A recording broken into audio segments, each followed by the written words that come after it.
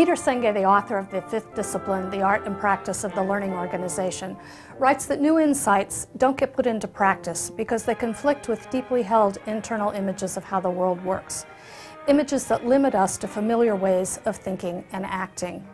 Senge's pioneering work suggests that organizations can only be truly successful when they're designed to match intended or desired outcomes. The Columbus Symphony has been on a journey, and what is happening there is a portrait in Stabilization. In this video, we'll hear from some of the key leaders who have been part of the organization's journey. Martin Ingalls, Chair of the Board, Roland Valliere, Chief Creative Officer, Betsy Sturdivant, Principal Bassoon and Chair of the Orchestra Committee, and Bill Connor, President and CEO of the Columbus Association for the Performing Arts and Executive Director of the orchestra. The CSO has made some major decisions around its design, looking to better align its structure with its goals. Have they transformed the organization into a thriving example of the new 21st century orchestra? Not yet. Are they changing their own images of how the world works? Most certainly. Are they on their way to becoming one of the leading organizations that Peter Senge describes? Who knows, perhaps. But they are moving, learning, adapting, changing, and reminding us that if words like success and achievement are going to have any meaning at all, they must be accompanied by continual growth and change. This is their story. And I had felt for a period of time that, orchestras really were in a very fragile position, many of them were, but that there was opportunity as well to move in a different direction. And sometimes with this crisis, there's opportunity, and I thought here there would be a real opportunity to maybe to do business a little bit different than was conventional. Everyone loves classical music, and that classical music has the ability to touch every human soul. And that's our mission. And there must be a way to fund it. We have a unique management structure, and I think what we've done is we've taken the traditional music director, executive director, and broken it up. So we have a managing director who does all the day-to-day management. We have a music director who's overseeing all that we do.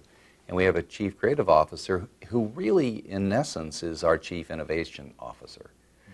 And that's pretty different, and it's interesting for a struggling company that we went to that model very quickly. You need to have lots of conversations with lots of people when you don't really need to be having those conversations, because when the time comes that you have to have the conversations, it is not the first time to be having a conversation.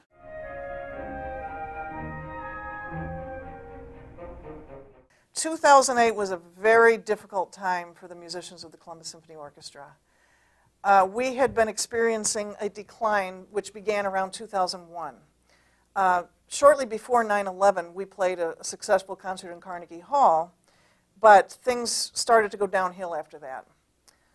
For one thing, I think that many orchestras experienced a decline in giving after 2011, after 9/11, when I think that most organizations and individuals started to think more of social charities and social causes rather than donating to the arts. So that was a problem here in Columbus, as I'm sure it was elsewhere. After 2001, the budget was on a trajectory to get to even somewhere north of $12 million, but the revenue trends are actually heading in the other direction.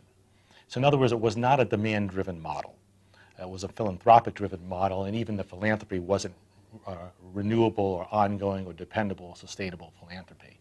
And that really was where the lines crossed and we're going in opposite directions. And I think that in and of itself actually is not uncommon, but actually was the root cause of what subsequently happened. In just a moment of history, the 90s were very, very good to Columbus. We were growing jobs just amazingly.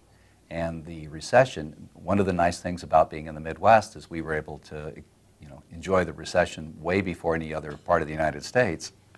When the recession began in the early 2000s, that was like cold water. The city had been growing vertically, and all of a sudden growth stopped. And I think that kind of moment where things stop, people have a tendency to respond even stronger. So philanthropy dollars stopped much quicker than they would have in other communities. They're starting to build back, but it was that kind of knee-jerk reaction. In 2005, the musicians were asked to take a 13% pay cut. So that was one factor that led up to our situation in 2008.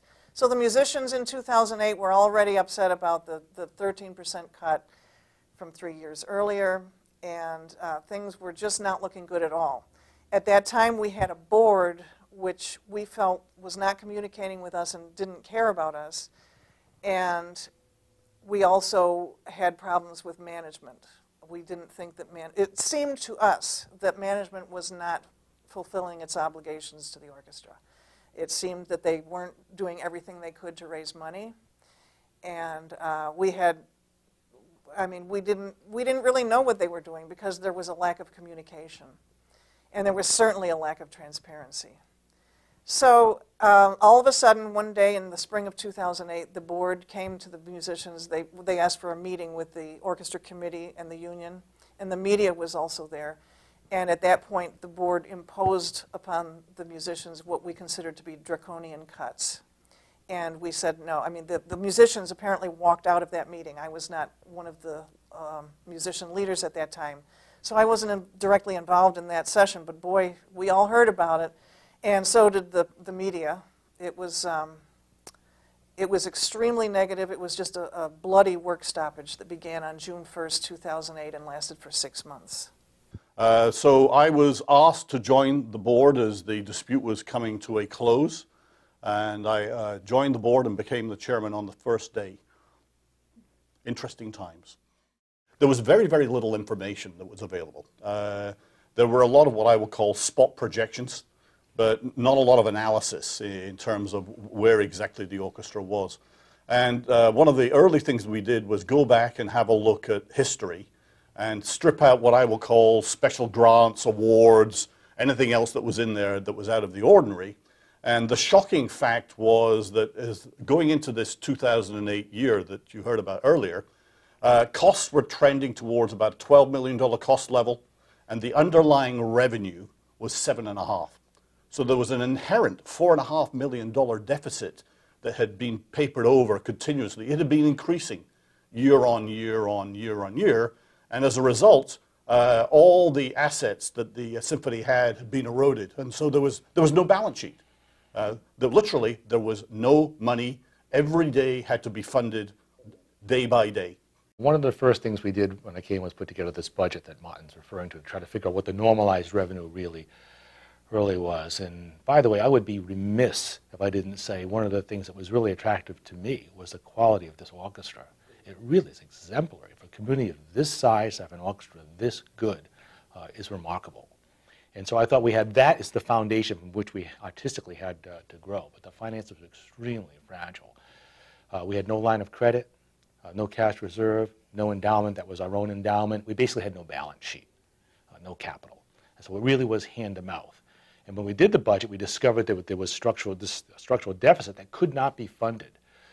So the budget showed that come February, March, and this would have been September or so of 2009, that we literally were going to be running out of cash if we couldn't get some runway forward. So I did this white paper that gave some sense of a new direction, and we used that as sort of the talking points to raise money to give us, some ability to sort of figure it out and build a plan. The problem was it was overly optimistic, particularly in the annual fund. The staff had been decimated because of what had happened. So it was insufficient staff. You talked about trying to get basic information, separate opinions from facts and try to understand what the reality really was. And unfortunately, that projection came to fore. We found ourselves in February, literally weeks from running out of cash with no options. And that's when we went to the orchestra and explored whether further reductions would be possible on a voluntary basis by the musicians. And remarkably, they agreed to accept $1 million in reductions. And then we went to Bill and CAPA to see if we could consolidate administrative costs. What were the options? If we didn't do that, frankly, we would have gone out of business because there just wasn't there were no resources available to us. The musician leaders were asked to meet with Roland and Martin. So that would be myself as the chair of the orchestra committee, along with the president of the musicians union, met with Roland and Martin. And we had no idea what the meeting was going to be about, but as soon as we walked in, we knew because their faces looked so ashen. I mean, it was clear that something dire was going on. And that's when they explained to us what you just heard about the finances. And it was suggested, a plan was suggested that we reduce the season to 25 weeks and integrate with CAPA. And all of this was extremely shocking to Doug Fisher and I, and then to the committee when it was explained to the entire orchestra committee of 5 people. Well, first of all, we determined that we trusted Roland and Martin, and if they told us that this was what had to happen, then we believed it. And we truly believed that there was no other choice if we wanted to maintain the orchestra here. One of the things that was very important for me was to meet with the musicians in the union, because I thought that we couldn't tackle these problems together. The board, management, and the musicians needed to work hand in hand, and that was not always the case here. And I thought that kind of partnership or collaboration would be critical towards, forging ahead in a new kind of way. And I frankly was pleasantly surprised at the level of openness that Betsy, the committee, Doug, the union president, were exhibited at that time. So that was really encouraging. We had been here during this very difficult decade, and Betsy's right that the management and the union had not had a lot of dialogue or honest conversations or transparency, and we were just totally blown away. There's no other way to say it. Just totally blown away by the level of transparency that Martin brought to the process. Everything happened in real time, and everyone heard the same information.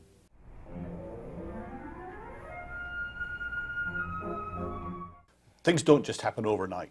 Bill and I and Mike Petrecka, who's the chairman of CAPA, had been meeting regularly for much of the year before because we had in the back of our minds that there was a need for consolidation in the arts. We couldn't work out quite how it should be done, but we'd maintained the dialogue. So when we came to the point of crisis, it was not the first time that we were meeting. And this enabled us to move forward much faster than we otherwise would have been able to. I mean, if you go and have a look from the time that we said we're in crisis, and we thought we had a few more months where we could raise, we were still raising money. But what Roland was describing is we found another $1 million of deficit, and literally times were over, as I said, with no balance sheet. And we were able to put together an agreement with CAPA in a matter of 3 weeks. So the early planning and the early thoughts and the building of relationships were very, very important. CAPA had this history of operating theaters outside of Columbus, which meant that shared services or back office opportunities was something we did a lot. We had worked real hard in creating a consolidated ticketing operation. So we provide all the ticketing, and actually it's kind of vertical, all the databases and internet names for 21 different arts organizations. It put us in a position, I think Martin saw us as a position that there was a lot of value added to the relationship. But I think the board, at the end of the day, it's a unique mission. A lot of performing arts centers, I have to be quite open, a lot of my colleagues have had arts organizations, ballets, symphonies, operas, in the same situation, and they've sort of not done much. They've sort of stood on the side. Our board made a decision not to lose any cultural infrastructure during this recession, and I think that commitment is how we were able to engage. A lot of the musicians were extremely apprehensive when they found out about the CAPA aspect of the new arrangement. In 2008, during our work stoppage, rumors had surfaced about Bill Connor. I'm sorry, Bill, but I know how tolerant you are.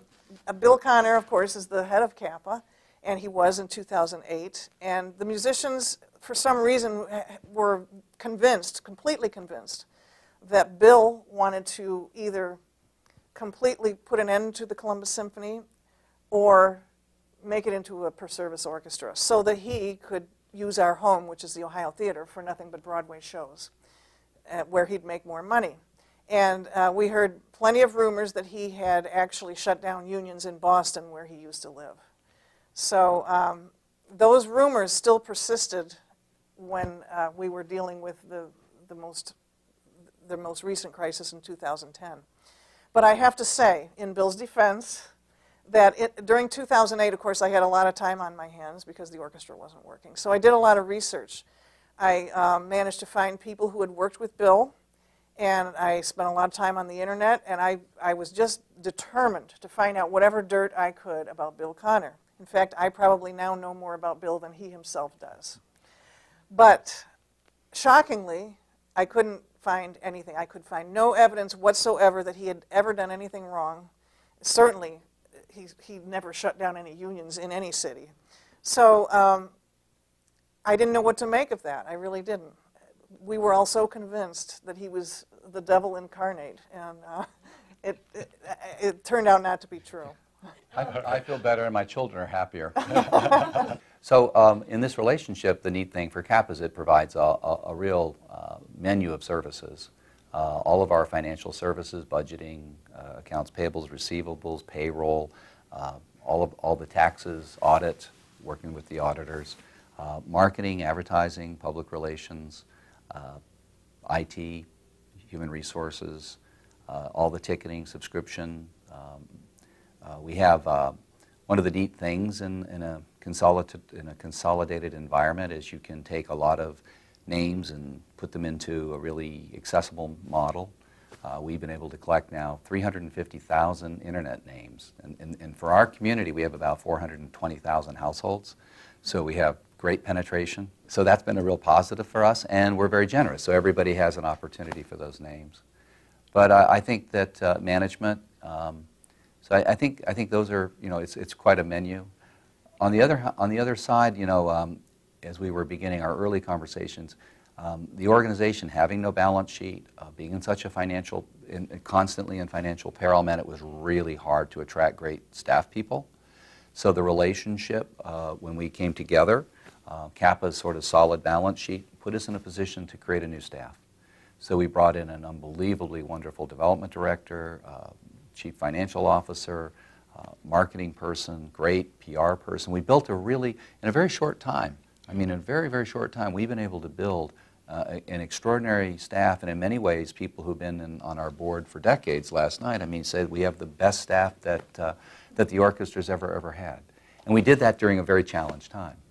I think that's so important. We were desperately trying to get good people. And it was amazing the change of the people who suddenly became available to us after we'd put ourselves on a slightly firmer footing. One of the other elements that I think is important in the relationship is the amount of time we spent as we put together this agreement. I remember I said it was a very short period of time. But probably one of the more interesting documents that exist within this management services agreement is that we literally went down through all critical decisions, deciding who would input and who would decide between the, if you wish, the governance structure of the orchestra versus the governance structure of CAPA. And that was most insightful because it would have been very easy just to go ahead, have a very simple agreement, and really not understand exactly how we were going to run that.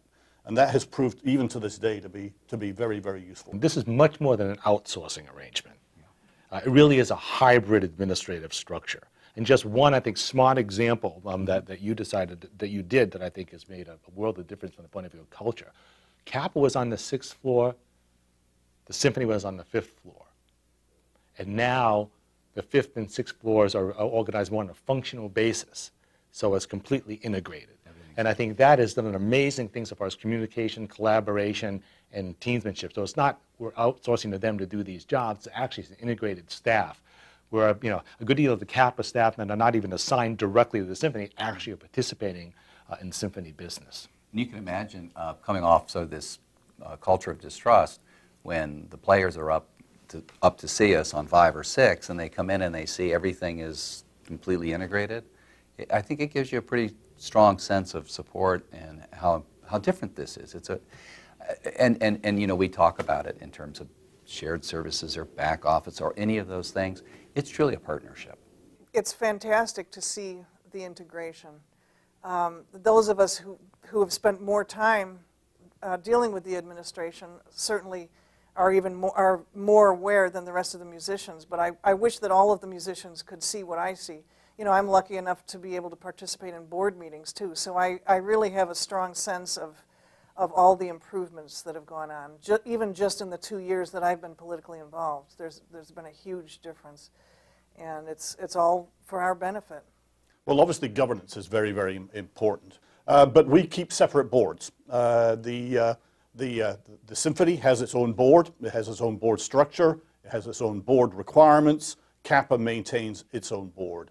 One factor that we have put in place to help us, though, is that 2 of the members of the symphony board also sit on the CAPA board. Now, part of that is to ensure that we're getting, I'll call it again, more transparency between the 2, although I also conclude that it was an opportunity for Bill to get another 2 people to give donations to CAPA. And it's been successful. It's like every board, it's made up of individuals. All of them, by the way, are wonderful individuals. But you have part of the board who would prefer to stay very, very traditional. And you have some of the board who recognize you have to take risk. But then when you propose change or you try to make change, everything from your board, your constituents, say they're not quite sure. They don't like it, right? They're worried about it. So we have done some refreshing of the board. It's been very good, all in, as I say, in very good faith with the prior board members facilitating the changes. But we've got younger board members have come on. We've got them from differing backgrounds. They're more diverse in their backgrounds. And they are all very interested in what the future has to be. And they are, if you wish, coalescing more and more around change. When you become a more nimble organization or you begin the process, it's funny, change is awful. Take a few steps, suddenly you're just change. And then your board starts to change, and I think it's gratifying for us to see the board members who have joined the board. They're all board members who are really happy with change. They are good about being in a changed environment. They're very entrepreneurial. They get what we're doing. And that's been a real positive for us, because it's hard to change a culture if you don't change it at the top.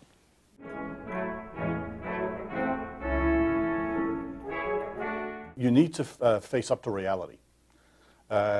People form opinions, they take positions, and they don't test them with what reality is. The orchestra here totally missed the fact that they had lost the empathy of their donor base. Management didn't fully understand that being at war with the musicians was going to end up in a major, major problem. Nobody was really addressing the fact that we were having this increasing, unsustainable deficit. There comes a moment, I think, when your earned to contributed ratio gets so high on the contributed side that your responsiveness to the market is numbed. So you look at arts organizations that are 85% earned or 80, whatever that is, they're nimble.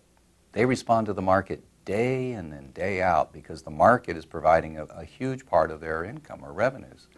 When it's all contributed, then you're really talking to a specific group of donors. Your world becomes more narrow. Oh, we believe something's fundamentally changed. We look at the league statistics. We follow those very closely, and we compare what's happening here with what is being seen nationally, and we're seeing the same trends. We're seeing the audience trends going in the same way. We're seeing the philanthropy dollars going in the same way, money that's going to the arts, i.e. in steady decline. There are clearly underlying issues that are not just cyclical. I think that's a really good question. I think a lot of our colleagues here in Columbus hoped that that things would get better. So we would put together a budget every year based on we'll make cuts this year, but next year we'll be able to restore because things will get back to where they were before. And I think this team fundamentally believes that there's a structural change and that this is a new economy that we're in, and this economy isn't like the economy of the 90s. Now, it doesn't mean to say there's no hope, but I would just put it that the old model is broken. And what we have to think about is what do we do differently so we can change some of these trend lines that we've seen over the last 10 years. So the challenge is how do we get from where we are, and musicians who entered the orchestra with a certain set of expectations that may not be as valid today as they once were. I personally think that change is exciting, and I'm looking forward to seeing what it's like to be this new downsized and nimble model. It'll be very exciting, especially because not that many orchestras have done this, and we are at the leading edge. So for me, it's an adventure, and I know that I'm not alone. I know that there are other musicians who feel that way also. I think one of the assumptions that have been held dear over a period of time is that we somehow exist to serve the music, that symphony orchestras exist to serve the music and to employ musicians in the service of the music. And that actually is a means towards an end, not the end itself, I think. We really exist to serve people through music. I mean, the music exists to serve the community in a way that that community desires. And I think in a way that's a very fundamental thing, because if the world is adapting and if the world is changing and we need to adapt, then the way that we serve audiences through music will change as well. I mean, it's this concept of if I take an existing product and I continue to improve it, that's going to lead to success. The answer, it doesn't happen in any part of business at all. You find disruptive things are always happening. And you can improve as much as you want, but then if somebody comes up with something that is revolutionary and different, you have no future. And I think there's a pretty sea change in just the way arts organizations were and are today. For a long time we were entitled, we were in an ivory tower, we were apart. Today, everything's about service. So, there's a huge emphasis in our community about what are we doing in terms of providing services in our community. When there's less resources in your community, it's not just that we all work together, but the social service agencies and the arts agencies, are all finding ways to help provide richer opportunities for our community. And so it's a big sea change. So we're talking about the value proposition that the orchestra brings, what it's going to have to be tomorrow versus what it was yesterday. And I'm going to unashamedly steal from Roland here. He's actually taught me a little bit about this, but it's around the fact that we're trying to connect with the community. That's what we're about. We're trying to become integrated with the community. We're trying to be a community resource. I go back again to what is our source of funding going to be going forward? Symphony orchestras will never find a way of, if you wish, getting it all through earned income. There is always going to have to be a source of philanthropy or public funds or something that will help them, because contributed funds. So they have to create value for that community in every aspect. It's the element that Betsy talked about is, well, if we are now the cornerstone of the pavilion that the city wants for its 200th anniversary, the Symphony Orchestra, we're creating a value for that city. Where else do we create value? Is it in the schools? Is it in education? Is it in hospitals? Where is it? It is connecting and creating value. And coming out of that, that's where I think we'll get support. Well, I can think of one thing that's currently being discussed in Columbus. I hope it's okay for me to talk about this. Our summer series is moving from a beautiful suburban lawn that's, I don't know how many acres it is. It's hundreds of acres, it seems like. It's huge. It's the size of several football fields, at least. And we're moving downtown to a brand new park called Columbus Commons. And the reason we're doing that is because the city wants us to, right? Is that correct? Yeah.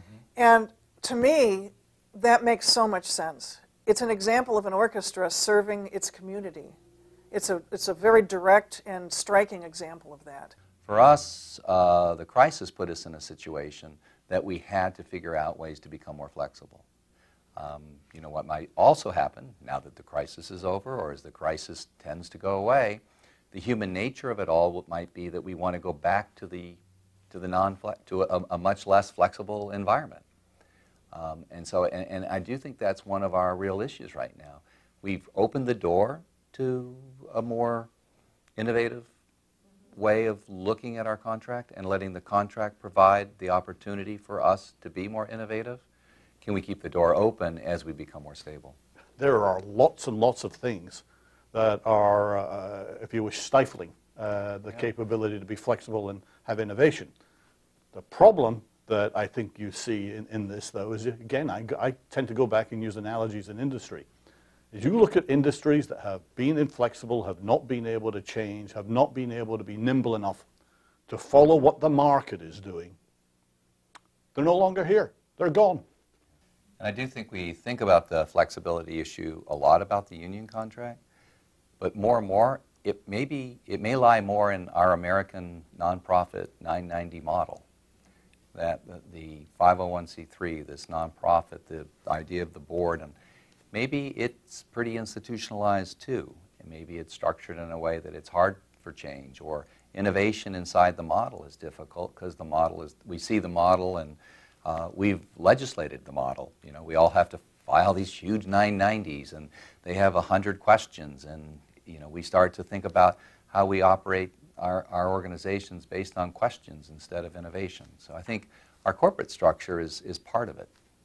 But we look at everything as more of an opportunity. So we know that we are down to a 26-week season. How do we provide new strategies? So we've been working together to figure out how we could do more with our opera company. We're working together to see how we can do more with our ballet company. Most recently, we're trying to figure out what we might be able to do with other, you know, breaking into different kinds of ensembles. But we take it as it's a team effort, and it's different in that the team effort is an effort that's being led by the players, by the musicians union, and by the whole, actually the entire staff of our whole staff is very eager to see how we can create new strategies that provide more income for the musicians. One of the things that we're spending a lot of time discussing and having conversations in the board and with the musicians and with our music director, everybody, is we're trying to work out where the puck is going to be, because it's not where it is today. And how do we skate to where that puck is going to be? Lots of changes, lots of changes.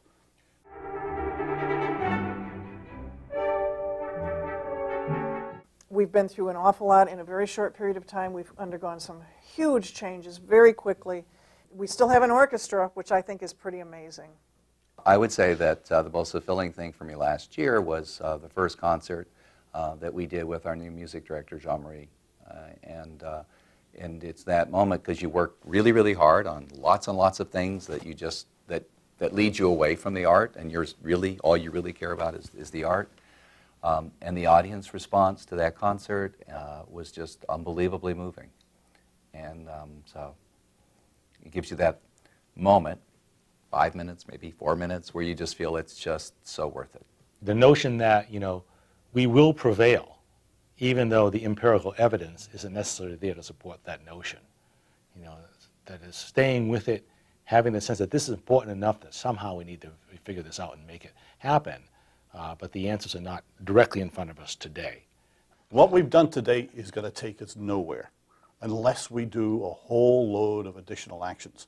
I mean, Roland's comments on what we need to do with the business model and having different ways of presenting the music are critical. If we don't find ways of finding on the variable model, the variable part of increasing the musicians' work, then we're going to have an issue with our musicians in terms of their livelihoods. We need excellence, and excellence comes about by the musicians playing music on a regular basis. So there's a whole load of strategic elements that we now need to bring into play. If I were to put ourselves on some sort of percentage of, well, how far have we come? If 100% is we're there, and 0 is you're nowhere, well, we're probably about 15% of the way there. It's an important 15%, but there's 85% still to go.